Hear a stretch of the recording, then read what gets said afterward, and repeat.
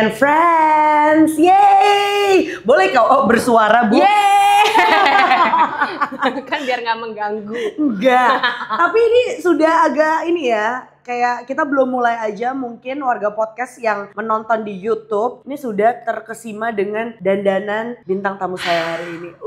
Terima kasih. Udah kayak pejabat, Bu. Ya ampun, aku harus mengimbangi kamu. Aura yang aur-auran ini ya.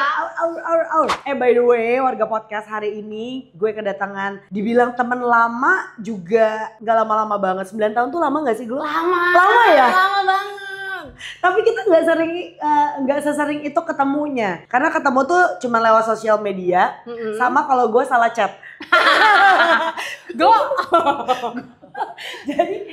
Jadi gue tuh punya salah satu tim juga namanya Glory. Nah gue dua-duanya gue tulis Glo. Jadi gue pernah kayak udah chat panjang banget memberikan perintah, tiba-tiba lu kayak salah orang deh. Ning dong. Dan itu tidak terjadi sekali ya, 2 kali, 3 kali, maaf ya Glo. Gak apa-apa, sering kok kayak gitu. Makanya nama lo jangan pasaran. Iya, Coach Glo. Makanya dipanggilnya. Makanya Coach Glo Forger. Oh iya, Coach Glo Forger. Jadi manggil gue harus panjang. Ya, jadi ini adalah seorang teman yang sekarang sudah menjadi coach untuk permasalahan lambung. Bukan begitu, Bun?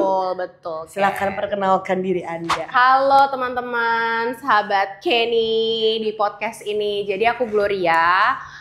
Instagram aku memang Coach Gloria _Forgert. Jujur ya, ini intermezzo sedikit. Gue kira lo ganti nama jadi Forgert.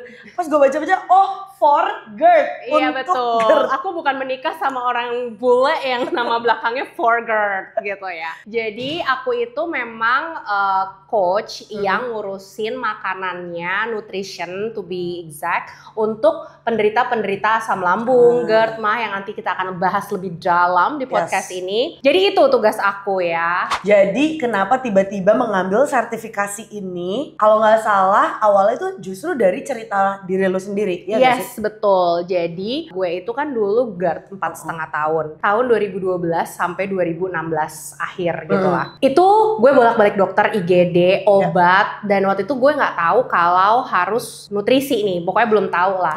Sampai akhirnya di 4,5 tahun itu, 1 tahun terakhir, gue masuk ke sebuah perusahaan yang menyuruh gue untuk mengerti nutrisi. Jadi ketemu registered dietitian, pokoknya terekspos lah dengan dunia nutrisi yang sama sekali awam karena background gue tuh dulu finance. Jadi apa itu nutrisi tidak tahu gitu kan. Ketika belajar dan kayak, wait, hang on, ini deh yang kayaknya bikin gue tuh nggak sembuh-sembuh.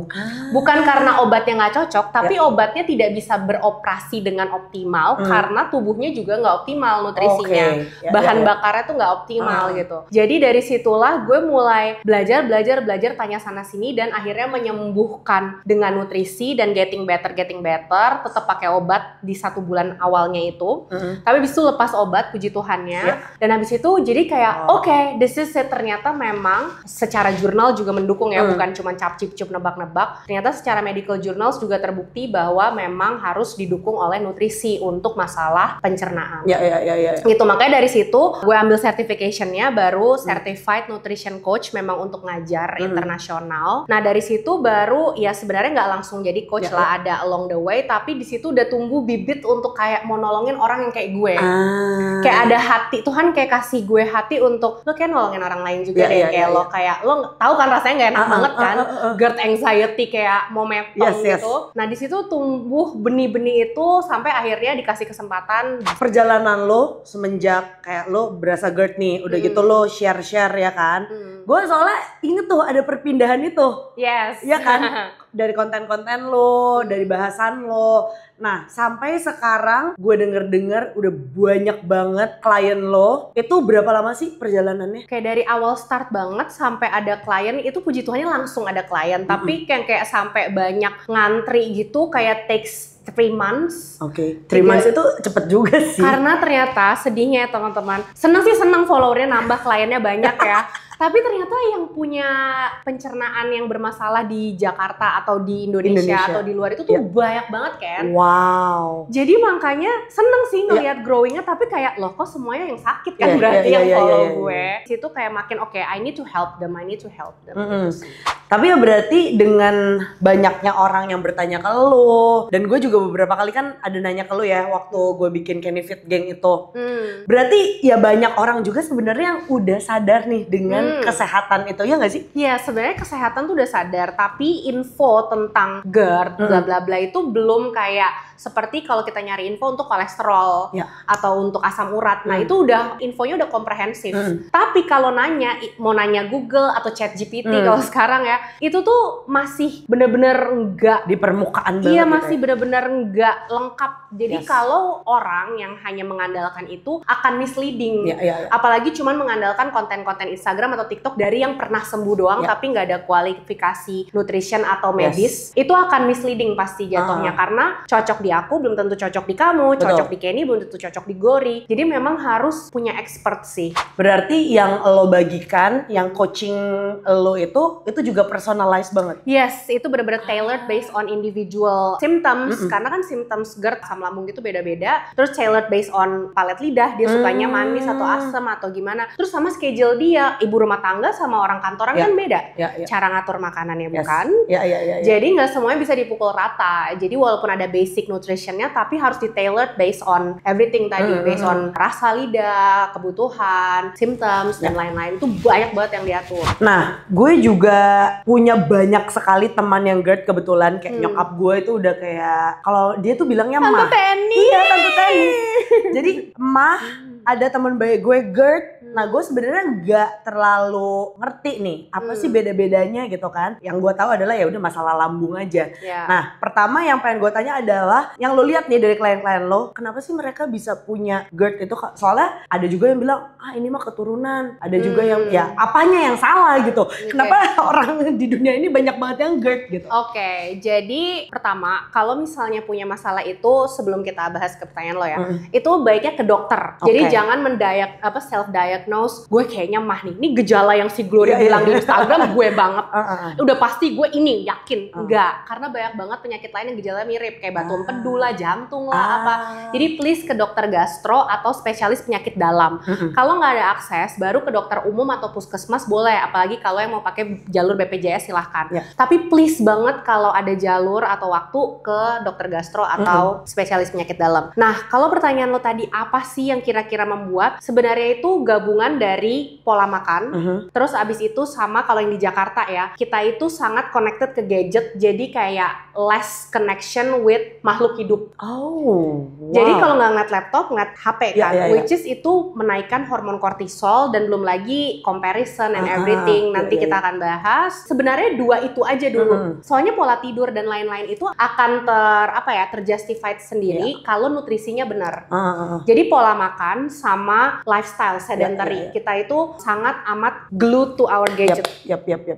Apalagi Jakarta kan emang scenery kita, kota kita itu nggak ada alam. Terus emang buat jalan kaki tuh nggak enak. Glo, tapi gue denger juga salah satu penyebab GERD itu adalah pikiran. Itu benar juga gak? Benar, tapi pikiran itu lebih ke arah triggering, tapi bukan kayak yang utama banget.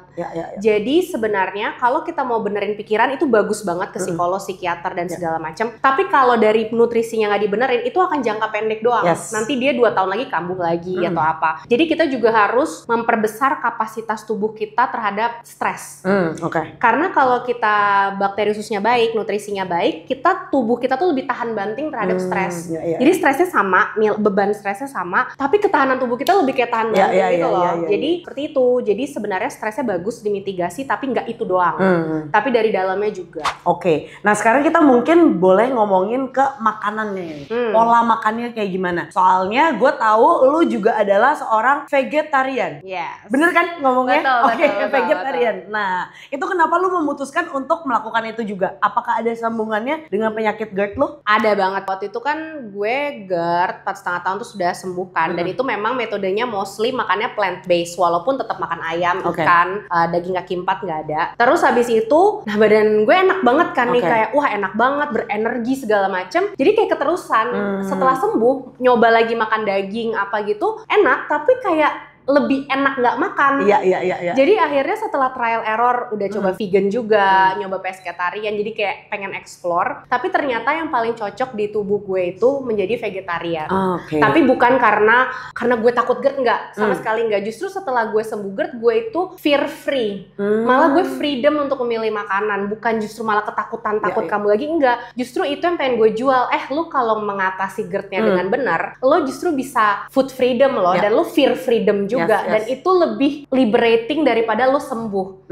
Bisa sembuh dari rasa takut itu jauh lebih menyenangkan dan membebaskan daripada sembuh dari GERD-nya itu loh. Ternyata bener, karena GERD itu sangat ketakutan, apa-apa tiap hari takut, makan takut, sendirian takut, pergi ngopi sendiri takut, semua takut. Exactly. Dan jadi mungkin orang yang nggak pernah GERD ya, bukan nggak pernah GERD, pasti gue juga pernah mengalami kayak aduh lambungnya nggak enak. Tapi gue tuh kadang-kadang nggak ngerti gitu loh konsep temen gue kayak gitu loh. Iya cemas, anxiety, iya gitu. Jadi, nah itu kan gue jadi bear in mind ya teman-teman, aku tuh memilih bukan karena takut, tapi justru karena aku seneng dan udah explore, justru kayak udah nggak takut. Nah ya udah, akhirnya aku jadi vegetarian dan lanjut, dan aku udah ngerasa enak. Nah, tapi nggak menutup kemungkinan apakah nanti pengen ganti lagi, explore, I'm open. Jadi aku tuh bukan tipe yang kayak no, jijik, enggak, bukan, tenang. Dan aku sangat menghargai pilihan orang lain. Kalau misalnya dia klien aku setelah sembuh mau makan, balik lagi makan daging atau apa, nggak apa-apa banget gitu. Jadi itu tidak menjadi keharusan, ini my journey, setiap per klien aku beda-beda. Nah, pertanyaan makanan untuk GERD. Nah, inilah the $1 million question. Jadi aku lagi ngomongin untuk orang yang GERD-nya itu sering kambuh ya teman-teman. Bukan orang yang kambuh GERD-nya kayak cuma 3 bulan sekali. Ini beda treatmentnya. Ini datang ke aku yang udah literally megap-megap, yang udah nyoba lebih dari 5 dokter mostly. 90% of my clients sudah di atas 5 dokter. Terus yang udah, Glory lu mau nyuruh gue nyebur ke sumur, gue juga rela asal gue sembuh. Udah yang kayak gitu loh mindsetnya, udah saking karena udah hopelessnya. Dan yang biasanya anxiety juga, tapi ini juga berlaku untuk yang nggak anxiety, karena nggak semua pejuang GERD itu anxiety kan Ken. Jadi pertama makannya itu harus teratur dari jam dulu ya, harus teratur. Teraturnya seperti apa? Teraturnya itu 1 jam setelah bangun tidur makan. Boleh langsung karbo dan protein, boleh ganjil dulu, asal jangan di skip walaupun tidak lapar. Karena semua cewek Asia itu kebanyakan pagi-pagi bangun nggak lapar.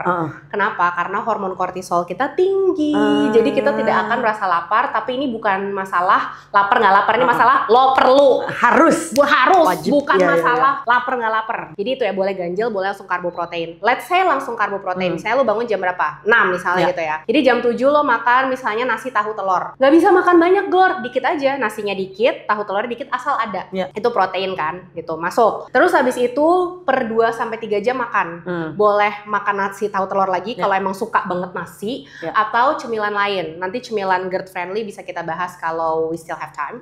Terus habis itu, nah di misalnya tadi makan lo jam 7, 9 nah jam 9 kan? Atau setengah 10 gitu lo ngemil sesuatu, plus harus makan lemak baik dan vitamin D kalau kurang vitamin D, kalau di darah lo kurang. Jadi please cek vitamin D ya teman-teman, karena itu penting banget untuk kesembuhan bakteri usus dan asam lambung lalala. Terus habis itu misalnya jam 12 makan siang, ada nasi, ada karbohidrat, contohnya nasi putih atau boleh diganti ubi, singkong, nomi, nanti kita ngomong pantangan. Terus habis itu pakai protein, proteinnya hewani boleh tapi jangan yang digoreng. Terus plus 1 sayur ya, plus 1 sayur, 1 aja dulu, boleh lebih nggak? Kalau lagi masa observasi mendingan 1 aja dulu. Terus per 2-3 jam makan lagi tuh cemilan, misalnya jam 2 makan apa? Granola atau makan sop ayam KFC, nggak apa-apa ya sebut merek ya, biar kebayang oh ternyata nggak susah-susah amat gitu. Bener. Atau minum air sari kacang hijau Indomaret atau hydro koko atau susu soy yang kecil. Sponsori coach. Tolong nomor handphone saya untuk di endorse. Jadi apapun yang GERD friendly. Terus habis itu boleh juga buah ya, buah di situ masuk, atau buahnya nanti jam 4 atau setengah 5 gitu buah. Terus habis itu baru malam makan malam, dan makan malamnya itu karbo, protein hewani plus sayur, dan antara siang sama malam harus minimal sekali ada protein nabati. Tahu, tempe, bacem atau oseng, tahu oseng, toge gitu-gitu ada either di siang atau malam atau dua-duanya silahkan. Bentar, sebelum lanjut, protein hewani berarti daging? Hewani itu ayam, ikan, telur, kodok boleh, belut boleh, if we wanna go further, udang, cumi. Yang nggak boleh kaki 4, daging sapi, babi, kuda, bison nggak boleh. Keras Kak. Gorila juga nggak boleh. Jangan 4. Jangan susah carinya ya. Iya. Terus. Nah, jarak antara makan malam ke tidur itu minimal 3 jam. Oke. Boleh lebih. Makan malam ke tidur. Oke. Ya itu 3 jam. Nah sekarang kita ngomong pantangan ya. Itu kan dari tadi 1 jam makannya teratur. Itu nggak harus kayak militer banget. Tapi diusahakan dan please have scheduled di handphone. Ya. Pakein alarm. Jadi reminder gitu iya, ya. karena kalau nggak lupa pasti kan. Terus pantangan nih. Nah pantangan selain tadi hewan kaki 4 termasuk gorila. Ya. Susah gue carinya. Termasuk gorila. Terus yang kedua goreng. Dan ini bukan ngomongin gorengan abang-abang, tapi semua yang digoreng. Berarti kita goreng sendiri pakai olive oil nggak boleh? Nggak bisa. Jadi tapi air fryer bisa. Tenang. Oke. Air fryer. Terus abis itu di oven bisa, tumis bisa. Jadi pakai minyak tuh bisa teman-teman. Yang nggak boleh tuh di deep fried-nya. Oke. Ya, jadi deep fried cannot. Terus habis itu yang nggak bisa itu lagi keju, coklat, susu sapi dan turunan-turunannya. Terus habis itu roti selain roti gandum itu nggak bisa dulu. Terus habis itu segala jenis tepung, mau tepung beras, tepung tapioka, tepung dari surga, tepung kayangan, tepung dari malaikat nggak bisa. Jadi tepung beras roasted itu juga nggak Gak boleh. bisa. Maaf banget. Kecuali kamu blender oat sendiri jadi sampai kayak tepung boleh. Tapi pokoknya yang tepung yang diolah nggak bisa dulu. Jadi makanya itu nyambungnya ke mie-mian itu semuanya nggak boleh. Bihun walaupun dari beras gitu nggak bisa dulu. Tapi nasi putih dan produk turunannya boleh. Atau mungkin nasi lo pejet. Boleh kan? Banget. Tapi nyiapinnya berapa jam sebelum makan tuh ya? Udah nggak lapar gue rasa. Oke. Udah sendawa udah mual. Udah, terus habis itu pantangannya lagi adalah kopi. Terus habis itu semua teh yang bukan dari bunga. Jadi teh dari bunga boleh kayak mawar, krisantemum, melati gitu-gitu boleh, dandelion. Tapi di luar itu nggak bisa. Matcha bisa pengganti kopi. So bisa ya, dan sekarang lagi on trend banget. Iya, jadi makanya. silahkan ya, pas banget. Matcha girl. Matcha Ci. Oke. Matcha depanku cerah ya. Cerah banget itu. Oh ini sama kunyit jahe itu kalau kamu cocok boleh lanjut, tapi kalau nggak cocok jangan. Terus buah yang asam-asam juga nggak boleh, pedes udah pasti. Terus sayur yang nggak bisa itu adalah paprika, kembang kol, brokoli, sayur nangka yang santan, sayur singkong yang santan. Sebenarnya santan yang nggak boleh. Ya, pokoknya intinya lo nggak boleh makan padang. Iya, ayam pop dipinggirin dah tuh dicuci-cuci pakai air hangat boleh tuh. Kata Adrai dia cuci ayamnya pakai teh. Kok kayak nggak berasa teh tuh si ayam jadinya. Baik Abang Aderai. Jadi ayam pop sama telur mungkin boleh. Itu sih masih banyak lagi sebenarnya. Tapi mostly kalau itu dihindarin dulu aman. But itu nggak forever. Tenang. Kalau udah sembuh dan bakteri ususnya udah balance, itu bisa lagi. Itu berapa lama? Kalau di coaching aku 3 bulan. Oke. Tapi kalau nggak di coaching aku tak tahu. Karena aku tidak tahu apa yang kamu makan. Jadi buat warga podcast yang ingin tahu tadi menu-menunya apa aja, ikuti coaching klinik. Tapi selama masih ada slot. Ayo. Anyway, 3 bulan itu berarti lu pantau setiap hari, setiap minggu, setiap detik. Mereka isi food journal. Nah, mereka laporan 2 minggu pertama tuh tiap hari. Tapi after that biasanya klien aku tuh udah ngerti harus gimana karena udah 2 minggu tuh udah kayak ngerti badannya gimana dan udah udah gue awasin, udah tahu P3K-nya harus ngapain, kalau gini udah lebih kenal badannya. After that udah nggak tiap hari banget biasanya. Udah kayak lebih jarang-jarang. Paling laporan kayak, oh seneng ada progres apa, atau kayak tiba-tiba mau nanya apa, tapi udah nggak yang gue pantau tiap hari. Dan nanti di akhir 3 bulan itu akan kelihatan tuh ya hasilnya. Yes, dan kita kan ketemuan 3 kali itu dalam 3 bulan, jadi sebulan pasti ketemu. Jadi pasti ada progres dan ada level berikutnya lagi, ada yang harus mereka kerjain lagi PR berikutnya. Glo, banyak banget mitos-mitos di luar sana karena kan sekarang ya kayak di TikTok banyak banget info-info yang tadi lu bilang ada yang benar tapi banyak kan yang salah.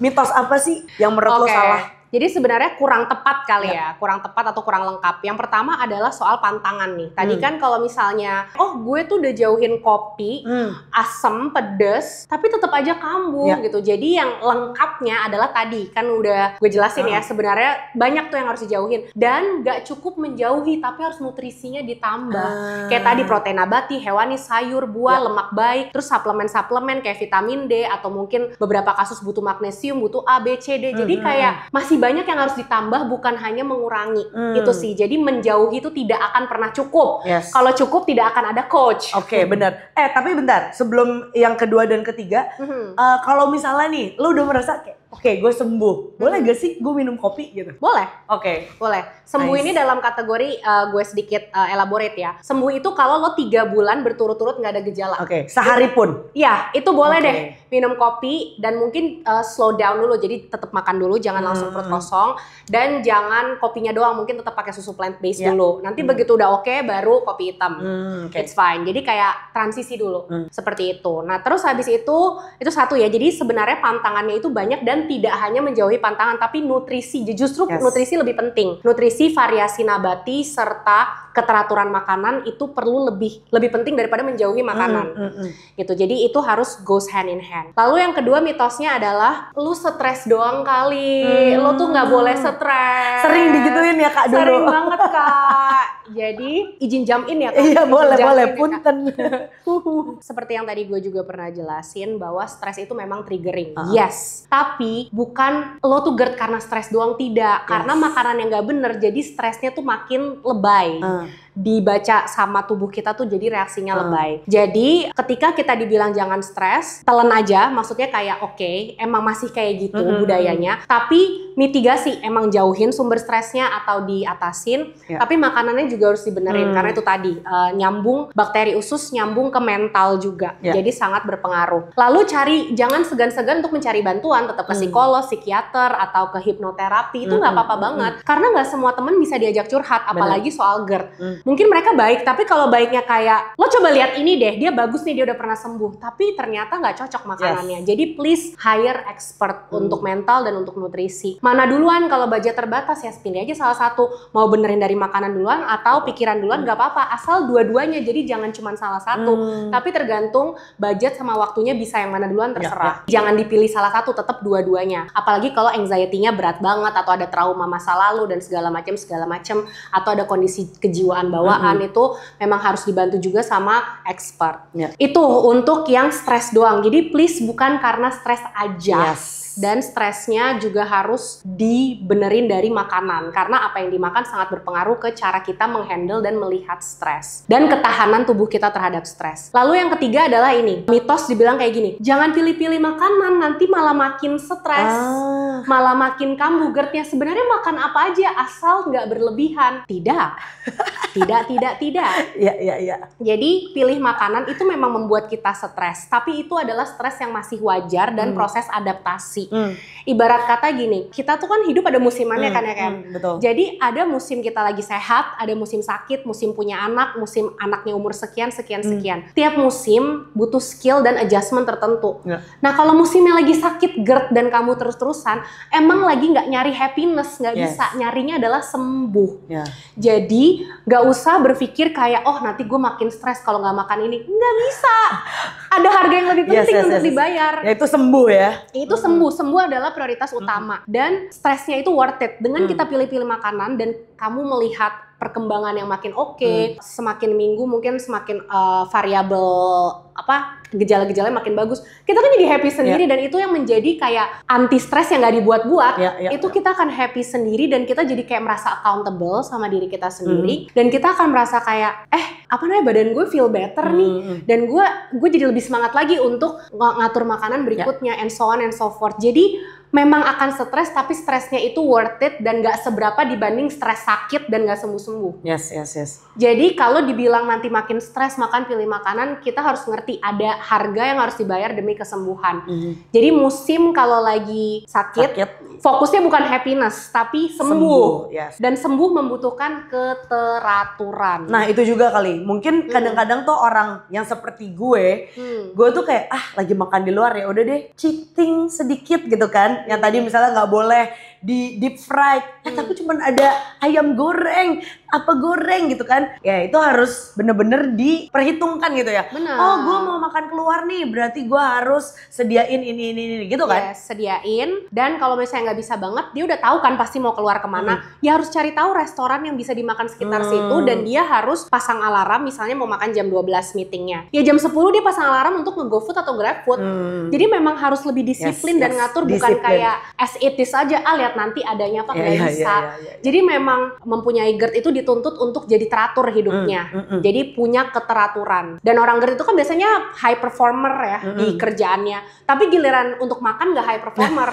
Disuruh ngatur makanan nggak bisa, tapi disuruh ngatur kerjaan jago banget. Jadi gue selalu bilang ke klien gue, lo kerjaan jago. Jadi sebenarnya makanan juga jago, cuman butuh penyesuaian aja. Gitu. Makanya butuh expert mungkin untuk ngaturin supaya hidupnya lebih teratur. Dia nggak usah pusing lagi. Udah gue aturin begini. Udah lakuin aja dulu. Yes. Okay. Itu sih, jadi butuh keteraturan, bukan happiness dulu yang dikejar, tapi keteraturan dulu. Nanti happiness akan datang sendiri seiring gejalanya semakin berkurang. Percaya sama coachku. Kamu bisa sembuh.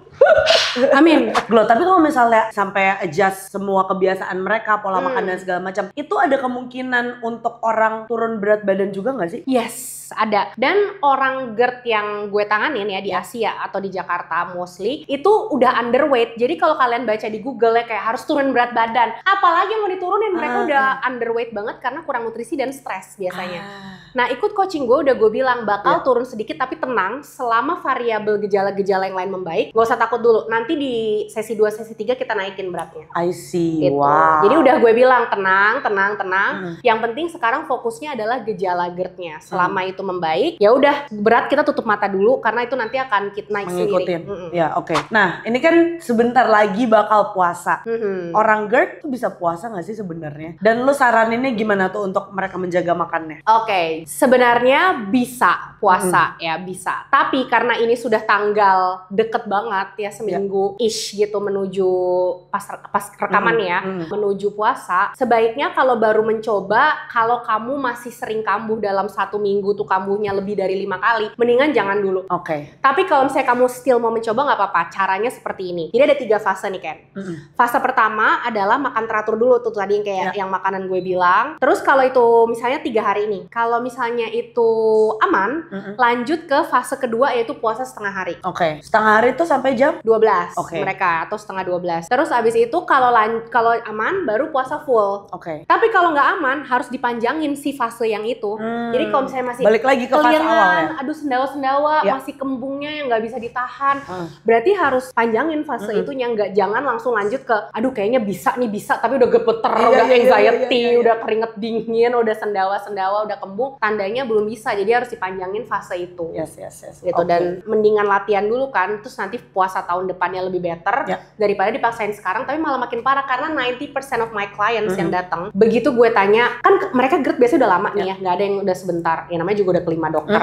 Gue tanya, momen di hidup kalian yang GERD-nya makin parah itu di kapan? Puasa, kebanyakan. Benar. Jadi kayak backfire, puasa kan buat ibadah, tapi kenapa jadi malah bikin tambah sakit, naik puasanya? Jadi kan sebenarnya ada sesuatu yang perlu di-adjust sih. Yep. Dan itu hindar pantangan-pantangan tadi yang gue sebutin tetap harus dihindarin. Terus ada trik-triknya juga lagi buat sahur sama buat buka. Tapi yang penting jalanin 3 itu dulu deh.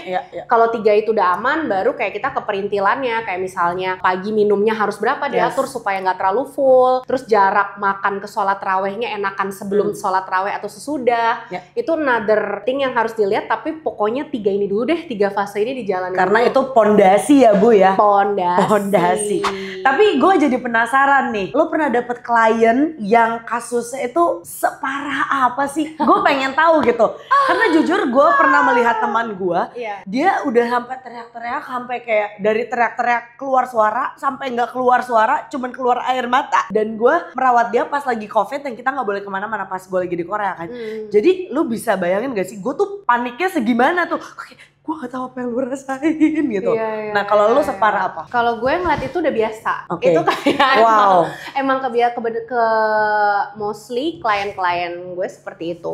Jadi biasanya itu tadi ya, mereka udah lebih dari 5 dokter dan mereka itu bisa yang anxiety kayak mau mati. Jadi kayak mereka mikir, aduh kalau gue mati gimana, anak gue gimana, segala macam. Intermezzo, tapi dia mati beneran gak? Cituan enggak. Oh iya, oke. Terus bukan klien lo, maksudnya orang GERD? Enggak, sebenarnya gue nggak ngerti kebenarannya ya. Maksudnya kayak apakah orang itu mati beneran GERD atau ada penyakit lain, karena kan bukan teman deket gue. Oh iya benar juga. Gue nggak bisa memastikan kebenarannya. Tapi intinya memang kalau bakteri usus kita nggak seimbang, yang lainnya tuh jadi gampang sakit. Jadi kayak flu jadi lebay, COVID jadi lebay, terus habis itu anxiety jadi lebay. Jadi semua memang terlebay-lebaykan gitu. Jadi memang nggak heran kalau orang yang udah bakteri ususnya nggak seimbang, punya GERD, terus nanti kena penyakit lain itu lebih gampang makin parahnya. Balik ke pertanyaan lo, klien gue paling parah seperti apa? Hampir semua klien gue kayak yang lo sebutin tadi. Wow. Tapi puji Tuhannya setelah coaching mereka jadi nggak sesering itu ke IGD. Mungkin kalau yang tadinya sering banget nih langganan enggak. Terus tadinya misalnya obatnya 5 jadi turun perlahan 3, 2 sampai akhirnya nggak pakai obat. Terus mereka selalu resah, selalu itu ada juga mereka gitu. Makanya gue sangat membatasi juga interaksi dengan mereka, ada jam kerja, karena kalau enggak gue juga jadi ikutan kebawa ya bun. Kesian juga Terus nggak bisa juga terlalu intens karena kan fokus gue adalah meng-coaching makanan, bukan meng-coaching kewarasan. Gitu kan. Bener juga. Tapi emang itu satu paket gitu, jadi kayak gue tahu itu resiko gue tuh satu paket. Terus ada juga yang sampai hampir mau cerai sama suami atau istrinya, menurut gue tuh parah banget ya. Terus habis itu sampai karena apa tuh? Karena berantem terus, karena pikirannya tuh nggak benar. Jadi dia tuh suuzon suaminya pulang malam, dan ini banyak ya. Dikiranya kamu kenapa, kamu selingkuh ya atau apa? Karena pikirannya emang cloudy, jadi kayak bener-bener semuanya terlihat negatif. Orang anxiety atau GERD itu memang menyebalkan. Aku adalah orang yang menyebalkan dulu. Gue tuh sangat nyebelin, gue tahu. Jadi ya emang nyebelin aja, kayak nggak seru untuk diajak makan, pasti susah. Terus baperan kan. Terus habis itu karena baper, terus habis itu dituin temen, terus bisa jadi kayak menyendiri, depresi, terus pengen mengakhiri hidupnya. Itu jadi kayak parahnya sampai kayak gitu. Lebih ke mentalnya sih, sakitnya udah ya pasti kayak gitu, udah mentok lah ke rumah sakit, suntik gitu-gitu tuh udah mentok dengan berbagai macam obat yang zol-zolan belakangnya. Tapi lebih ke mentalnya. So gue bisa mengambil kesimpulan kalau lo benerin pola makan lo, itu akan pengaruh juga ke mindset lo. Banget. Which lo punya mindset yang healthy, itu akan juga berpengaruh sama pola hidup lo. Dan itu akhirnya kayak semua kehidupan lo getting better gak sih? Benar, jadi kalau kita mau geek out sedikit ya, jadi kenapa plant based? Jadi plant based itu karena makanan plants atau tumbuh-tumbuhan itu adalah makanan si bakteri usus. Jadi semua manusia itu punya triliunan bakteri usus di perut. Dan dia itu seperti papan catur yang mengatur banyak hal. Jadi kalau papan caturnya benar, semuanya tuh benar. Dan bakteri usus itu seperti kayak scriptwriter, otak itu directornya. Jadi kalau scriptwriternya nggak benar, directornya juga keder. Dan otak sama bakteri usus namanya gut brain axis, dia itu berkomunikasi 24/7. Wow. Jadi benar-benar sepersekian detik mereka berkomunikasi terus. Jadi kalau ini bermasalah, ini bermasalah, ini bermasalah, ini bermasalah. Makanya kalau lo mau misalnya deg-degan ketemu siapa opa favorit lo, lo bisa kayak mual gitu kan ya, kayak bener. itu karena lo di sini apa, di sini ini. Jadi kayak semuanya tuh nyambung. Itu dalam skala lucu. Tapi kalau dalam kita magnify ke skala yang nggak lucu, which is sakit GERD, makanya itu menjadi boom boom boom, seperti itu. Wow. Jadi makanya kalau bakteri usus kita seimbang, dia bisa memproduksi hormon-hormon yang mengatur kebahagiaan dan respon kita terhadap stres, serotonin, dopamin dan segala macam. Itu banyak diproduksi di bakteri usus kita. Jadi kalau itunya nggak benar, nggak terproduksi, makanya ada masalah apa, baper, masalah apa, pusing. Padahal sebenarnya masalahnya nggak segitunya, tapi respon kita tuh terhadap masalah itu jadi lebay. Itu jadi kaitannya ke situ. Bukan berarti aku bilang makanan is the only solution. Tetap harus benerin mitigasi pola stres, hidup tadi, exposure ke gadget and so on and so on. Tapi kalau makanannya gak dibenerin, itu semua seperti papan catur yang lo cuma benerin pion-pionnya doang, tapi papan caturnya rapuh. Jadi ujung-ujungnya itu akan gubrak lagi juga. Jadi, gubrak. Itu jadi ketahuan angkatan berapa? Gubrak maksudnya ya gitu ya, jatuh ya. Ambiar. Jadi kayak gitu.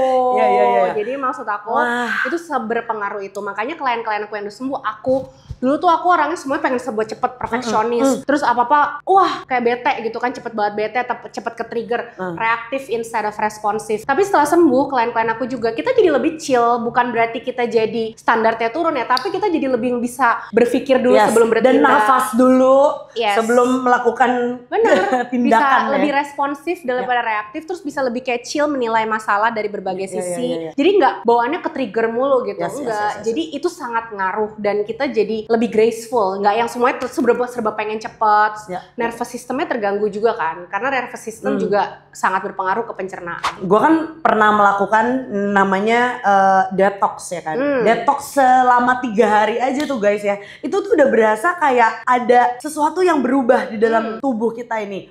Jadi waktu pas gue nanya sama lo, inget gak yang pas gue lagi ada Kenny Fit Gang itu, salah satu dari pesertanya itu karena ikut detox 3 hari, tiba-tiba ada toksin-toksin yang keluar dari tubuhnya, yang reaksinya adalah tiba-tiba satu badan dia merah-merah gitu. Lalu dia ke dokter dan dokternya cuman bilang, bagus, kamu harus melakukan ini. Sering-sering. Iya, ternyata sudah terlalu banyak toksin di dalam tubuhnya, sehingga ya emang lo harus melakukan itu gitu. Kalau enggak akan semakin rusak dalamnya gitu kan. Nah, ketika saya panik-panik itu, saya bertanya kepada Coach Glo dan dia menjawab semuanya itu. Kalau tadi udah pembahasan tentang coaching lo segala macam, tapi in the first place, kenapa sih lo sampai meninggalkan pekerjaan lo, mengangkat cerita lo, dan lo mau membagikan ini kepada orang-orang? Lebih ke calling kali ya, gitu. Jadi memang gue tahu banget rasanya GERD anxiety itu nggak enak banget, sendirian, lonely, nggak ada yang ngerti, cuman bisa ngadu sama Tuhan. Dan waktu itu gue ngerasa spiritual journey gue dimulai dari situ. Kayaknya Tuhan tuh sengaja membuat orang lain nggak percaya kalau gue sakit, even my own mom. Terus habis itu cerita ke orang juga dibilangnya lebay, dan gue pada waktu itu juga nggak ngerti cara menjelaskannya secara komprehensif dan elokuen, sehingga juga udah capek bergejala, selalu pusing, vertigo, mual, sendawa, sesek, terus disuruh jelasin lagi itu kan. Dan nggak percaya juga gitu. Jadi akhirnya memang akses itu ditutup sehingga cuman bisa sama Tuhan doang. Jadi cuman bisa ngadu dan dapat kekuatan dari Tuhan. Dan di situ kayak ada kekuatan baru. Sampai ada di satu titik gue bilang, Tuhan, do anything, terserah, yang penting gue sembuh. Gue rela harus ngapain aja, tunjukin cara supaya gue sembuh, kayak gitu.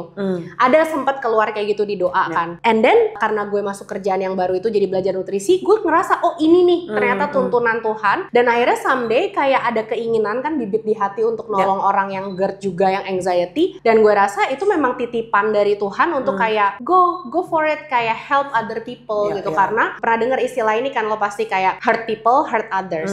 Orang yang tersakiti pasti akan cenderung menyakiti orang lain. Tapi tenang, positifnya heal people, heal others juga. Jadi orang yang sudah pulih dan tersembuhkan pasti mau nolongin orang lain juga. Dan kayaknya emang sengaja juga Tuhan nyuruh gue GERD atau mengizinkan gue GERD, mengizinkan ya, bukan emang pola hidup gue yang salah, mengizinkan gue GERD tahun itu supaya gue kayak pelopor gitu di saat orang gak ngerti GERD itu apa, bahkan apaan tuh GERD gitu kan. Jadi supaya gue sekarang tuh bisa ngebantu yang lain gitu. Jadi memang kayaknya tuh udah panggilan, dan gue suka menjalani itu, kayak I'm really enjoying it. Walaupun susah ya challenge-nya menghadapi ini semua, tapi gue juga teringat gue juga dulu kayak gitu gitu. Pasti gue dulu juga orang yang menyebalkan, orang yang selalu cemas, nggak percayaan, bingung, neurotik, kacau deh pokoknya. Ya tapi karena gue sudah menjalaninya, jadinya gue mau membantu gitu sih. Dan it's very lonely, it's a lonely journey. Jadi gue ada di sini untuk selain ngaturin makanan, lo bisa gini deh, lo belum percaya sama diri lo sendiri karena lo terlalu sering gagal kan, berkali-kali nyoba A, B, C, D gagal, tapi lo bisa percaya sama gue, at least lo bisa nebeng iman lo ke gue. Kayak gue bisa jadi anchor lo sementara sebelum lo terlalu terhubung ke Tuhan, mungkin lo terlalu cloudy, at least lo pegangan sama orang yang udah kelihatan dulu deh nih gitu kan. Kadang orang nggak bisa sama Tuhan karena nggak kelihatan gitu kan. Jadi lo pegang dulu gue tuh sebagai penghubung Tuhan ke hidup lo, lo pegang gue, tapi after that lo akan ngerasain pelan-pelan kesembuhan itu, lo lebih clear lagi, sampai akhirnya lo percaya lagi sama diri lo sendiri, dan lo juga ultimately lo juga harus membangun hubungan yang lebih intim ke Tuhan, karena ujung-ujungnya semuanya muaranya ke situ. Betul. Wow, coba kasih tepuk tangan dulu, luar biasa ternyata. Sedalam itu ya guys si GERD ini, dan for GERD itu ternyata ya memang harus ada di situ. Lo kayaknya harus masukin ke kakak lu sih ya, sama ke akte lahir for GERD itu. Udah mendarah daging, ya. So, buat lo sendiri, Glo, next-nya mau ngapain? Karena kan sekarang udah sharing di social media juga, udah coaching one-on-one juga.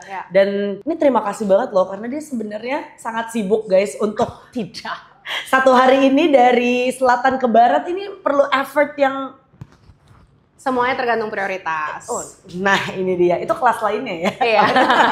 Silakan dibuka kelas prioritas hidup Anda. Apakah Anda sudah menyusun prioritas dengan baik? Jadi apa nih nextnya buat Gloria Forgert, Coach Glory Forgert? Tentunya aku tetap pengen ini ya, tetap menjalani ini. Tapi lagi berpikir karena aku juga sekarang ikut asisten research itu. Jadi sebenarnya mimpi gue adalah Indonesia itu punya database yang lebih bagus soal GERD. Jadi bukan cuma database, setelah database-nya oke, baru kedepannya adalah untuk bisa penanganan yang lebih bagus, infonya tuh lebih thorough, jadi orang tuh kalau nge-google tuh bisa lebih bagus info-infonya. Benar-benar, iya. Ya kan? Terus penanganan untuk mentalnya juga oke, jadi nggak cuma kalau ke psikolog cuma dibilang, kamu kayak stres deh. Semua orang memang stres, nggak ada yang nggak stres, apalagi tinggal di Jakarta. Yes. Nyuruh orang jangan stres tuh kayak lo jangan nafas gitu loh. Nggak mungkin, tapi the question is how you can still function with that stress. Betul. Ya kan, dan how you mitigate the stress. Apalagi kita udah gede gitu, kita udah dewasa, jadi nggak mungkin hidup tanpa stres. So, gimana caranya ujung-ujungnya kita itu nanti nutrition literasinya lebih tinggi. Seperti contohnya Australia. Aku nggak mau dibilang kayak mimpi lo jangan terlalu tinggi, no, I wanna dream big. Jadi mungkin ada alasannya juga kenapa waktu itu gue kuliah di Australia. Jadi gue bisa ngelihat sendiri kehidupan sehat. Kalau negaranya sehat tuh kayak apa sih, tinggal dengan orang-orang sehat tuh seperti apa sih gitu. Ngomongin nutrition sama temen tuh kalau lagi ngopi kayak apa sih? Mana mungkin kalau di sini belum kita lagi ngopi terus tiba-tiba protein lo berapa Ken? That's not a topic here gitu. Tapi I wish dan I pray itu akan menjadi suatu reality nanti, bahwa dengan database yang makin oke, nutrition literasi Indonesia makin oke, terserah Tuhan cara make gue seperti apa, tapi gue itu mimpi gue, dan juga penanganan mentalnya lebih oke. Sekarang kan penanganan mental udah mulai bagus nih ke orang yang mungkin cenderung untuk pengen suicidal dan segala macam. Nah, gue juga pengen untuk penanganan orang yang lagi sakit GERD ini. Itu sih, karena penting banget. Dan kalau dari cerita klien-klien gue, yang sekarang sama gue dulu tahun 2012 masih sama. Respon dokternya, respon apa, which is bukan salah dokternya, tapi harus ada harus ada peningkatan sistem.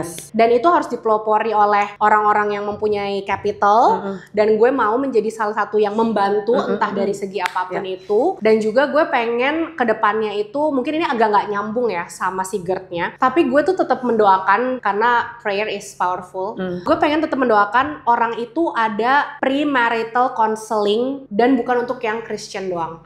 Karena itu penting banget. Banyak banget gue dengar klien-klien gue itu sangat bermasalah dan mereka itu nggak ikut premarital counseling. Dan I wish kita tuh punya kayak gitu, karena itu penting banget. Dan premarital dan pre-kids counseling. Jadi apa sih yang harus disiapin persiapan mental sebelum punya kids? Karena itu yang membuat seorang punya GERD, it's one thing, tapi harus ngurus suami dan expectationnya dan kids dan nyiapin makanan juga. It's another animal, it's another jungle. Jadi would be very very great kalau kita tuh punya sistem kesana, walaupun itu bukan ranah gue. Tapi gue tuh kalau temen gue yang psikolog atau apa, gue tuh yang menggembar-gemborkan, gila. If you have the access, if you have the heart, and if you have the money, please do that. Please invest atau gimana. Sekarang klien-klien gue kalau yang kebanyakan dari mereka punya duit ya, kalau bisa afford dokter sampai banyak.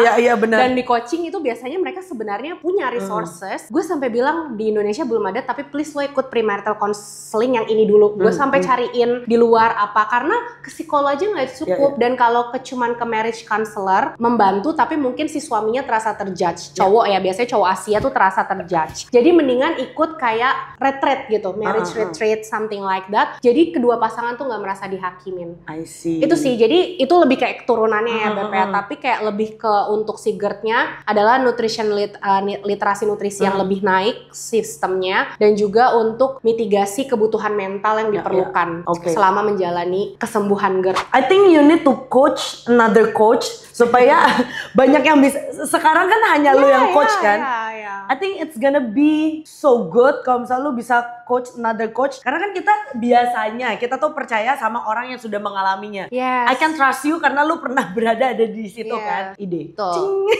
Kita harus melahirkan coach-coach baru. Coach baru, iya. Semoga banyak yang bergerak ya. Iya benar. Karena itu nggak bisa dipaksain kayak jadi coach nggak. Iya benar.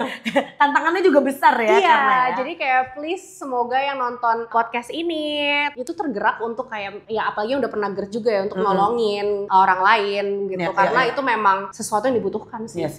True. Yeay, dan kita sampai ke pertanyaan terakhir kita, yaitu adalah nyatanya versi Coach Glo Forgert Nyatanya, heal people, heal others juga. Jadi orang yang sudah sembuh dan pulih pasti juga akan membantu orang lain untuk pulih dalam skala sekecil atau sebesar apapun.